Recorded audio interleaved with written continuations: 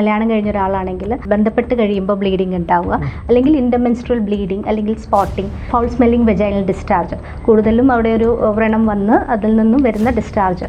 അതെല്ലാം മാസമുറ കഴിഞ്ഞ ലേഡീസിൽ വരുവാണെങ്കിൽ മാസമുറ നിന്നതിന് ശേഷമുള്ള ബ്ലീഡിങ്, അത് അങ്ങനെയും പ്രസൻറ്റ് ചെയ്യുന്നുണ്ട്. ഇതൊക്കെയാണ് മെയിൻ ആയിട്ടുള്ള സിംറ്റംസ്. ഈ ലോകത്ത് നമ്മൾ ഏറ്റവും അധികം പേടിക്കുന്ന ഒരു അസുഖങ്ങളിൽ ഒന്നാണ് ക്യാൻസർ. ഈ ക്യാൻസറിനെ നമുക്ക് വാക്സിൻ ഉപയോഗിച്ച് തടയാൻ പറ്റും. ഇന്ന് നമ്മുടെ ഒപ്പം ഉള്ളത് അനുപമ ഡോക്ടറാണ്. ഡോക്ടറെ, ഈ ക്യാൻസർ എന്ന് പറയുന്ന അസുഖം നമ്മുടെ പ്രൊഫഷൻ, കരിയർ, നമ്മുടെ സൗന്ദര്യം തുടങ്ങി എല്ലാത്തിനും നശിപ്പിച്ച് കളയാൻ ഏറ്റവും കഴിവുള്ളൊരു അസുഖങ്ങളിൽ ഒന്നാണ് ക്യാൻസർ. ഇതിനെ നമുക്ക് വാക്സിൻ ഉപയോഗിച്ച് തടയാൻ പറ്റുമല്ലോ? അതിൻ്റെ ഡീറ്റെയിൽ ഒന്ന് നമുക്ക് ഷെയർ ചെയ്യാമോ?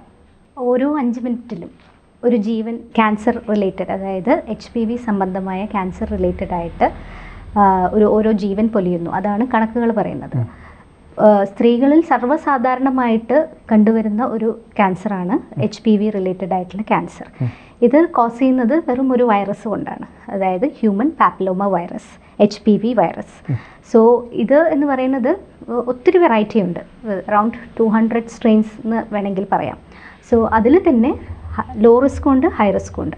ഹൈ റിസ്ക് വെറൈറ്റിയാണ് നമ്മുടെ ക്യാൻസർ കോസ് ചെയ്യുന്നത്. സോ ഈ ഒരു ക്യാൻസർ വാക്സിൻ കൊണ്ട് നമുക്ക് ഈ ഒരു അർബുദത്തെ നമുക്ക് തടയാൻ പറ്റും, മുളയിലേ തടയാൻ പറ്റും.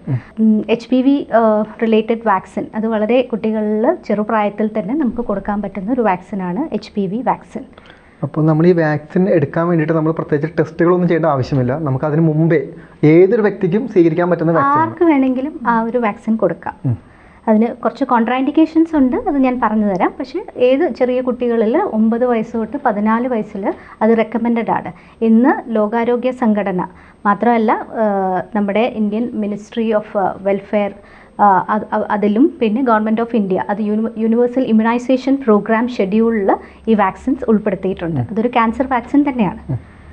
ഈ സെർവൈക്കൽ ക്യാൻസർ സ്ത്രീകളിൽ മാത്രമാണ് കാണുന്നത്?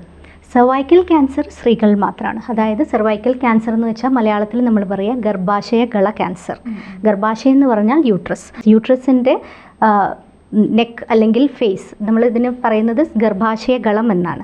അപ്പോൾ അത് സ്ത്രീകളിൽ മാത്രമാണ് കണ്ടുവരുന്നത്. പക്ഷേ HPV റിലേറ്റഡ് എന്ന് പറയുമ്പം HPV വൈറസ് സെക്ഷുവലി ട്രാൻസ്മിറ്റഡ് ആയിട്ട് വരുന്നതാണ്. Skin to skin contact, sexually ആക്റ്റീവായിട്ടുള്ള ഒരു ആൺകുട്ടിയിലോ അല്ലെങ്കിൽ പെൺകുട്ടികളിലും വരുന്ന ഒരു കണ്ടീഷനാണ് HPV റിലേറ്റഡ് ആയിട്ടുള്ള ഒരു ഇൻഫെക്ഷൻ. അപ്പം അത് ബോയ്സിലും വരാം, ഗേൾസിലും വരാം. പക്ഷേ സെർവൈക്കൽ ക്യാൻസർ ഓൺലി ഗേൾസിലാണ് വരുന്നത്. ഈ ബോയ്സിൽ വരുമ്പോൾ അതെങ്ങനെയാണ് അവരെ എഫക്ട് ചെയ്യുക? ഇപ്പം പെൺകുട്ടികളിലാണെങ്കിൽ സെർവിക്സ് മാത്രമല്ല, vulva, vagina, even anal, throat, അതായത് സെക്ഷലി റിലേറ്റഡ് ആയിട്ടുള്ള ഡിസീസ് ആയതുകൊണ്ട് ഏനൽ, ത്രോട്ട് ക്യാൻസേഴ്സ് എല്ലാം വരും. ആൺകുട്ടികളിലാണെങ്കിൽ ഈവൻ പിനൈൽ ക്യാൻസേഴ്സ്. അപ്പം ക്യാൻസേഴ്സ് മാത്രമല്ല, HPV സംബന്ധമായ ഇൻഫെക്ഷനുകളും ഒരു ആളുടെ once in a lifetime ഒരാളിൽ ഈ HPV റിലേറ്റഡ് ആയിട്ടുള്ള ഇൻഫെക്ഷൻ വരും. മെജോറിറ്റി ഓഫ് കേസസിലും വരും. പക്ഷേ അത് ഒരു ജീവിതത്തിൽ വന്നു കഴിഞ്ഞാൽ ഒരു വിത്തിൻ 1 to 2 ഇയേഴ്സ് അത് സ്പോണ്ടേനിയസ്ലി റിഗ്രസ് ആയി പോകും. അപ്പം നമ്മളത് അറിയുന്നില്ല. പക്ഷേ അതിൻ്റെ ഒരു ചെറിയൊരു ശതമാനം, ഒരു 5% ഓഫ് കേസസ് ചിലപ്പോൾ അതങ്ങ് പെർസിസ്റ്റ് ചെയ്യും. അത് pre cancer stage followed by ഒരു ക്യാൻസറിലേക്ക് അത് ഡെവലപ്പ് ചെയ്യാം. അത് ഒരു 10 to 20 ഇയേഴ്സ് മേ ബി അതിനൊരു കാലയളവിലായിരിക്കും അത് പ്രോഗ്രസ് ചെയ്ത് ക്യാൻസർ ആവുന്നത്. അതുകൊണ്ട് better will be prevention by taking vaccine. പിന്നെ ഇൻ ബിറ്റ്വീൻ നമ്മൾ ഒരു സ്റ്റേജിൽ നമുക്കതിന് സ്ക്രീനിങ് ടെസ്റ്റുകളുണ്ട്. അതിനിപ്പോൾ റിക്കമെൻഡേഷൻ പറയുന്നത് HPV DNA ടെസ്റ്റിംഗ് തന്നെയാണ്. പാപ്സ്മിയർ എന്നൊക്കെ കേട്ടിട്ടില്ലേ?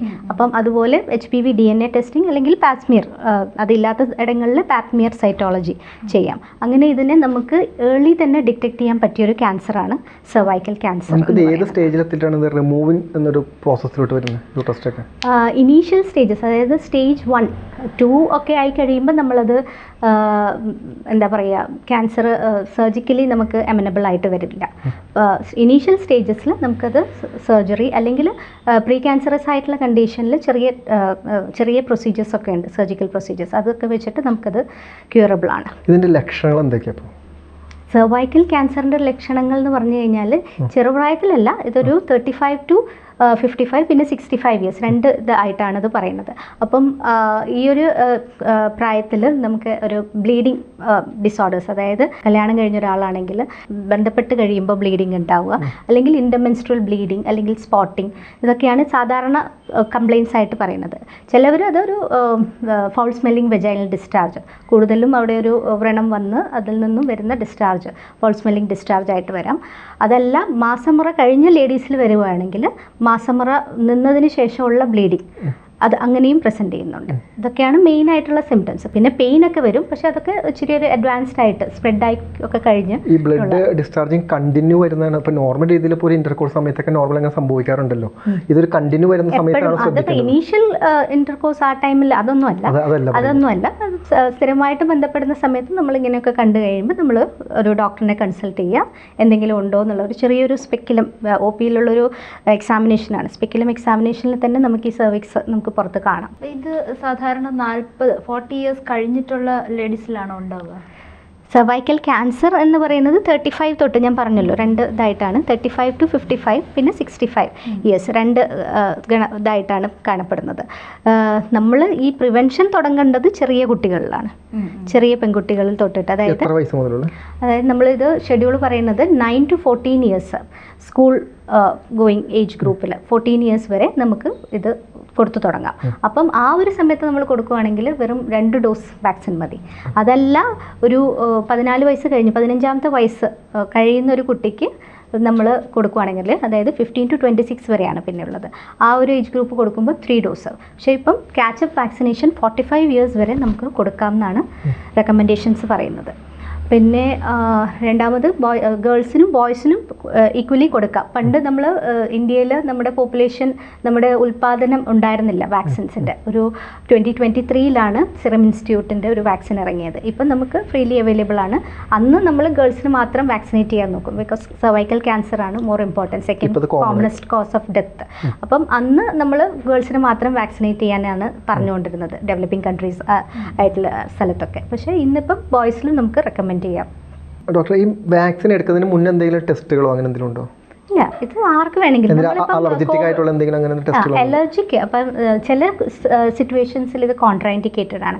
അതായത് സിവിയർ അലർജിക് റിയാക്ഷൻസ്, പിന്നെ പ്രഗ്നൻസി കണ്ടീഷൻസിൽ ഇത് കൊടുക്കാറില്ല. സാധാരണ ഇപ്പം നമ്മൾ വാക്സിൻ എടുത്തതിന് ശേഷം പ്രഗ്നൻ്റ് ആണെന്ന് അറിഞ്ഞു കഴിഞ്ഞാൽ അതിന് വേണ്ടിയിട്ട് നമ്മൾ ഒരു ടെർമിനേഷൻ ഓഫ് പ്രഗ്നൻസി അതൊന്നും ചെയ്യേണ്ട കാര്യമില്ല. പക്ഷേ പ്രഗ്നൻസിൻ്റെ ടൈമിൽ നമ്മൾ അവോയ്ഡ് ചെയ്യാൻ നോക്കുക. പിന്നെ ഉള്ളത് വാക്സിൻസ് സാധാരണ ഈ 2 സിറ്റുവേഷൻസിലാണ് നമ്മൾ കൊടുക്കേണ്ടതെന്ന് പറയുക. പിന്നെ സിവിയർലി ഇൽ പേഷ്യൻസ്, ഒരു മെഡിക്കലി ഒരു സിവിയർലി ഇല്ലായിട്ട് കിടക്കുന്ന ഒരു പേഷ്യൻ്റാണെങ്കിൽ ആ ഇൽനെസ് ഒന്ന് ഭേദമായിട്ട് കൊടുക്കുന്നതായിരിക്കും നല്ലത്. അല്ലാണ്ട് ഇപ്പം പനിയൊക്കെ ആയിട്ട് വരുന്ന ഒരാൾക്ക് നമ്മൾ വാക്സിൻ എടുക്കരുതെന്ന് പറയുമല്ലോ, അപ്പോൾ അതുപോലെ പനിയുള്ള ഒരാൾക്ക് ഇപ്പോൾ കൊടുക്കണ്ട. എത്ര ഡോസ് എടുക്കേണ്ടി വരും വാക്സിൻ? ഐഡിയലി ചെറിയ പ്രായത്തിൽ ലെസ് ദാൻ 9 to 14 ഇയേഴ്സിലാണെങ്കിൽ ഇതൊരു 2 ഡോസ് ഷെഡ്യൂളാണ് വേണ്ടത്. അതായത് മൾട്ടിപ്പിൾ ടൈപ്സ് ഓഫ് വാക്സിൻസ് പലതരമുണ്ട്. അപ്പം ഇനീഷ്യലി 2 ഡോസ് എടുക്കുകയാണെങ്കിൽ ഫസ്റ്റ് ഡോസ് 0 ഡോസ് കണക്കാക്കപ്പെടുന്നത്.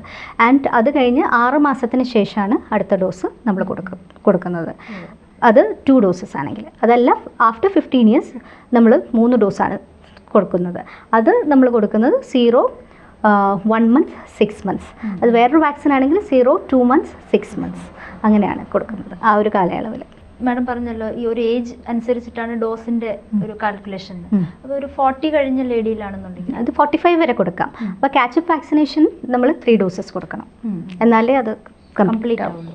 പുരുഷന്മാർക്കും സെയിം ഇത് തന്നെയാണോ? ബോയ്സിനാണെങ്കിലും സെയിം തന്നെ. 9 to 26 വരെയാണ് ഇപ്പം റെക്കമെൻഡഡ് ആയിട്ട് പറയുന്നത്.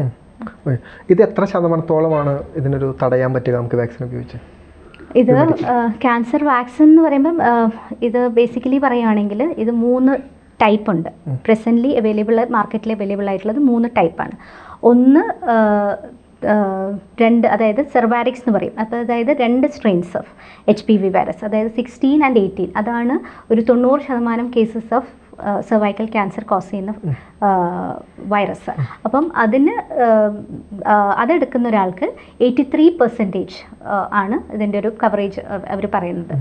ഒരു എന്താ പറയുക, എത്രത്തോളം കവർ ചെയ്യാമെന്ന് പറഞ്ഞാൽ 83% പഠനങ്ങൾ അങ്ങനെയാണ് പറയുന്നത്. സെക്കൻഡ് ടൈപ്പ് ഓഫ് വാക്സിന് ക്വാഡ്രിവാലൻറ്റ് വാക്സിൻ ഉണ്ട്. അതായത് 4 സ്ട്രെയിൻസ് ഓഫ് വൈറസിനെ ഇത് ടാർഗറ്റ് ചെയ്യുന്നുണ്ട്.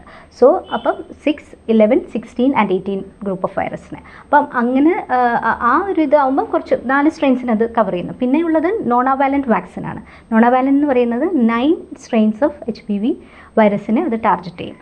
സോ അത് കൂടുതൽ വൈറസിനെ കവർ ചെയ്യുന്നതുകൊണ്ട് അതിനൊരു 95% എഫക്റ്റീവ് ആണെന്നാണ് പറയപ്പെടുന്നത്, പഠനങ്ങൾ പറയുന്നത്.